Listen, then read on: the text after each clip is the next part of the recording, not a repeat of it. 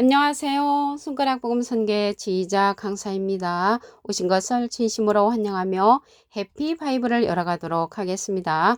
오늘 증거드릴 말씀의 제목은요. 835강 땅에서 올라온 새끼 양이라는 제목으로 하나님의 말씀을 나눠보는 시간을 갖도록 하겠습니다. 계시록 13장 11절을 보시게 되면 내가 봄에 또 다른 짐승이 땅에서 올라오니 새끼양같이 두 뿔이 있고 용처럼 말하더라 라고 말씀에 기록되어 있습니다. 오늘 제목이 땅에서 올라온 새끼양인데 예수님은 어린 양이시죠. 그래서 예수님하고 비슷한 이 새끼양이 땅에서 올라왔다고 했습니다.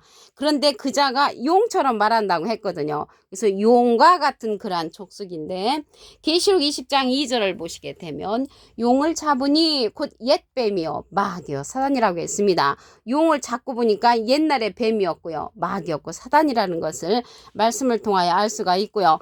옛뱀은 창세기 때 여자를 꾸였던 뱀이잖아요. 그러한 뱀도 여호와께서 지으셨다고 했습니다. 창세기 3장 1절에 보시게 되면 여호와 하나님의 지으신 들짐승 중에 뱀이 가장 간교하더라. 간교한 뱀은 사람 뱀이라는 것을 말씀을 드리고요. 여자를 꾸였던 그 뱀이 용처럼 말하는 그런 용과 같은 족속이라는 것을 말씀을 드립니다. 땅에서 올라온 새끼양이라고 했잖아요. 그래서 땅에서 올라온 새끼양은 예수님하고 비슷한 그러한 자라는 것을 알 수가 있고요. 예수님은 하늘에서 오셨다고 했습니다. 요한복음 3장 13절을 보시게 되면 하늘에서 내려온 자 곧 인자 외에는 하늘에 올라간 자가 없느니라. 하늘에서 내려온 예수님은 어린 양이시죠. 어린 양이신데 인자라고 말씀에 기록되어 있고요. 그러면 하늘에서 오셨다고 했는데 예수님은 실질적으로는 마리아 뱃속을 통해서 오셨죠. 소쿠리 타고 내려온 것도 아니고 그렇다면 마리아 뱃속이 하늘인가 소쿠리가 하늘인가 그게 아니죠. 예수님은 진리로서 이 세상에 보내셨기 때문에 하늘에서 오셨다고 그렇게 표현된 것입니다. 그러면 여기 땅에서 올라온 새끼양인데 이 새끼양은 짐승이잖아요. 예수님 당시 때의 짐승을 보도록 하겠습니다. 마태복음 23장 33절을 보시게 되면 뱀들아 독사의 새끼들아 너희가 어떻게 지옥의 판결을 피하겠느냐. 예수님의 반대편에 섰던 비진리들을 가진 자들을 향하여서 뱀들이라고 예수님이 호통을 치셨습니다. 근데 이러한 뱀들이 용이라고 했잖아요. 이러한 자들이 계시록에 가서 다시 출현을 합니다.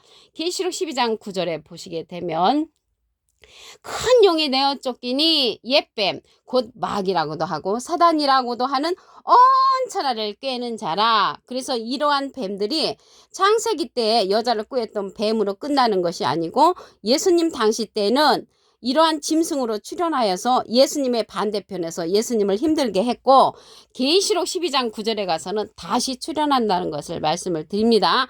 이러한 뱀들이 마귀라고 했잖아요. 마귀는 사람 마귀입니다. 요한복음 6장 70절에 보시게 되면 내가 너희 열두를 택하지 아니하였느냐 그러나 너희 중에 한 사람은 마귀니라. 그래서 한 사람 마귀라는 것을 알 수가 있고요. 이러한 뱀들은 진리에 서지 못한 자라고 했습니다.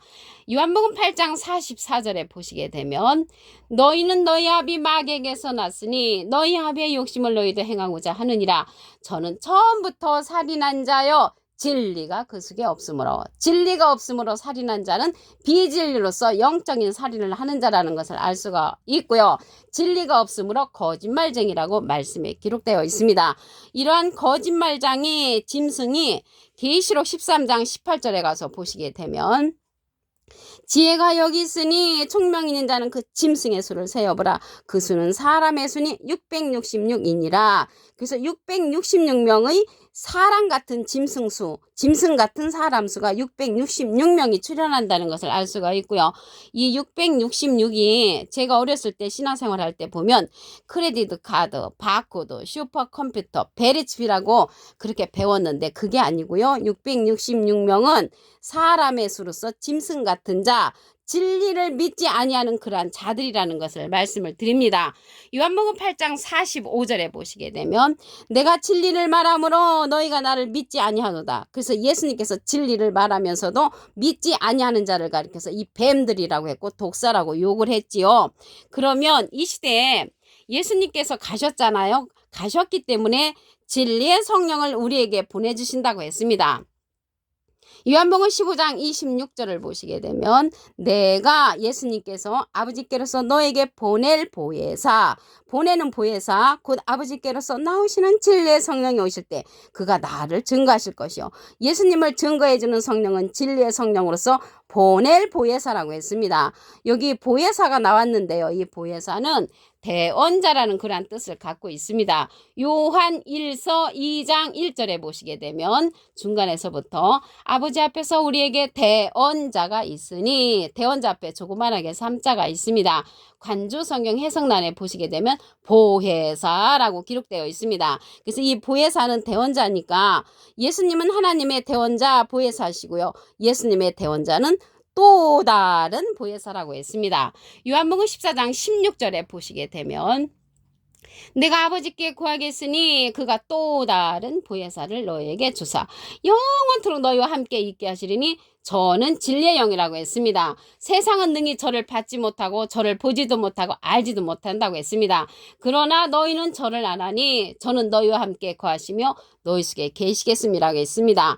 이 시간 이후로 또 다른 보혜사 진리의 성령에 관해서 알고 계시는 여러분들은 진리의 성령의 말씀을 듣고 예수님을 증거하는 그러한 말씀으로 말미암아 진리의 성령 안에 거하시기를 간절히 부탁을 드리겠습니다. 계시록 13장 15절을 보도록 하겠습니다.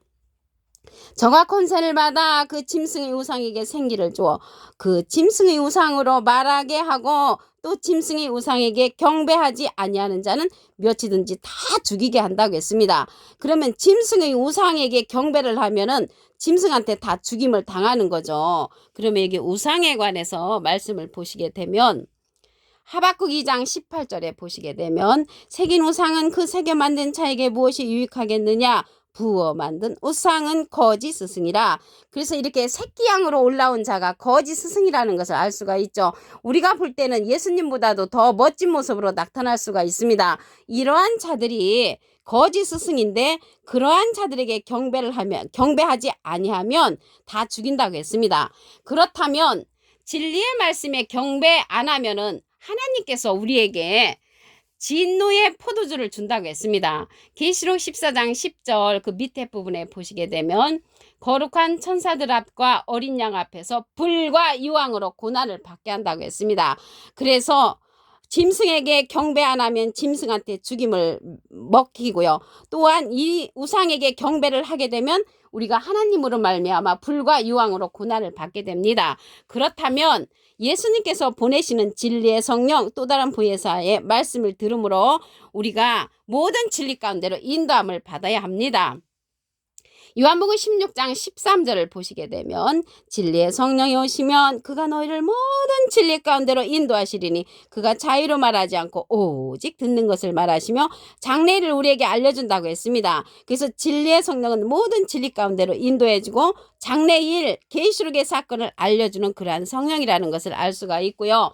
예수님의 영광을 나타내고 예수님의 것을 가지고 우리에게 알려주는 그러한 성령이라고 했습니다.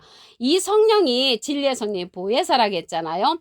요한복음 14장 26절에 보시게 되면 보혜사 곧 아버지께서 내 이름으로 보내실 성령, 예수님의 이름으로 보내는 성령이 보혜사 진리의 성령이고요. 그가 너에게 모든 것을 가르치시고 내가 너에게 말한 모든 것을 생각나게 한다고 했습니다. 그래서 이 시대는 진리의 성령은 가르침을 받아야 한다고 했기 때문에 가르침을 받아야 하고요. 장래를 우리에게 알려주는 그러한 성령이라고 말씀에 기록되어 있습니다.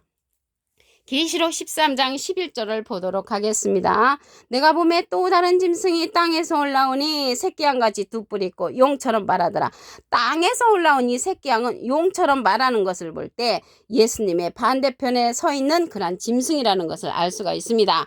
요한복음 3장 13절에 보시게 되면 하늘에서 내려온 자 곧 인자 외에는 하늘에 올라간 자가 없느니라. 하늘에서 내려온 예수님은 어린 양으로서 하늘에서 오셨고요.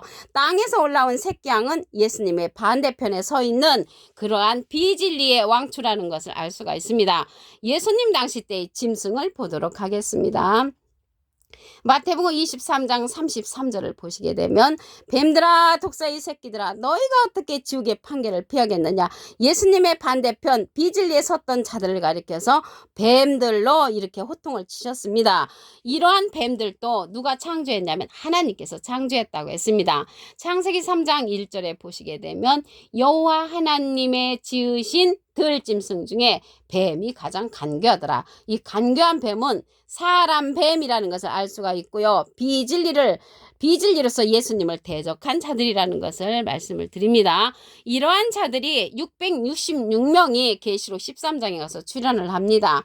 계시록 13장 18절을 보시게 되면 지혜가 여기 있으니 총명 있는 자는 그 짐승의 수를 세어보라. 그 수는 사람의 수니 666이니라. 그래서 666은 짐승의 수, 사람의 수라는 것을 알 수가 있습니다. 이러한 자들은 진리를 믿지 아니한 자라고 했습니다. 요한복음 8장 45절에 보시게 되면 내가 진리를 말하므로 너희가 나를 믿지 아니하도다. 그래서 예수님의 말씀을 믿지 아니하는 자들을 가리켜서 짐승으로 표현됐다는 것입니다. 땅에서 올라온 이러한 새끼 양의 족속들이라는 것을 알 수가 있습니다. 어린 양을 따라야 되면 예수님께서 보내는 진리의 성령의 말씀을 들어야 합니다.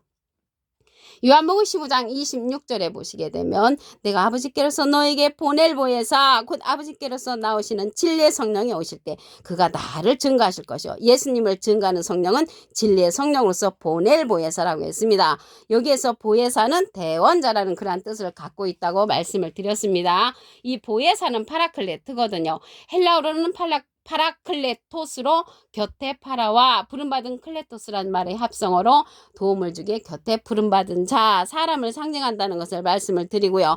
보혜사는 대언자라는 그러한 뜻은 요한 1서 2장 1절 그 중간에서부터 보시면 아버지 앞에서 우리에게 대언자가 있으니 곧 의로우신 예수 그리스도시라고 했습니다. 예수 그리스도는 하나님의 대언자시고요. 예수님의 대언자는 또 다른 보혜사라고 했습니다. 요한복음 14장 16절에 보시게 되면 내가 아버지께 구하겠으니 그가 또 다른 보혜사를 너에게 주사 영원토록 너희와 함께 있게 하시리니 저는 진리의 영이라고 했습니다. 이러한 진리의 성령을 받아야 되는데 우상의 말에 경배하는 자들은 다 죽임을 당한다고 했습니다. 계시록 13장 15절에 보시게 되면 저가 권세를 받아 그 짐승의 우상에게 생기를 주어 그 짐승의 우상으로 말하게 하고 말하는 우상이 있죠. 또 짐승의 우상에게 경배하지 아니하는 자는 몇이든지 다 죽이게 한다고 했습니다.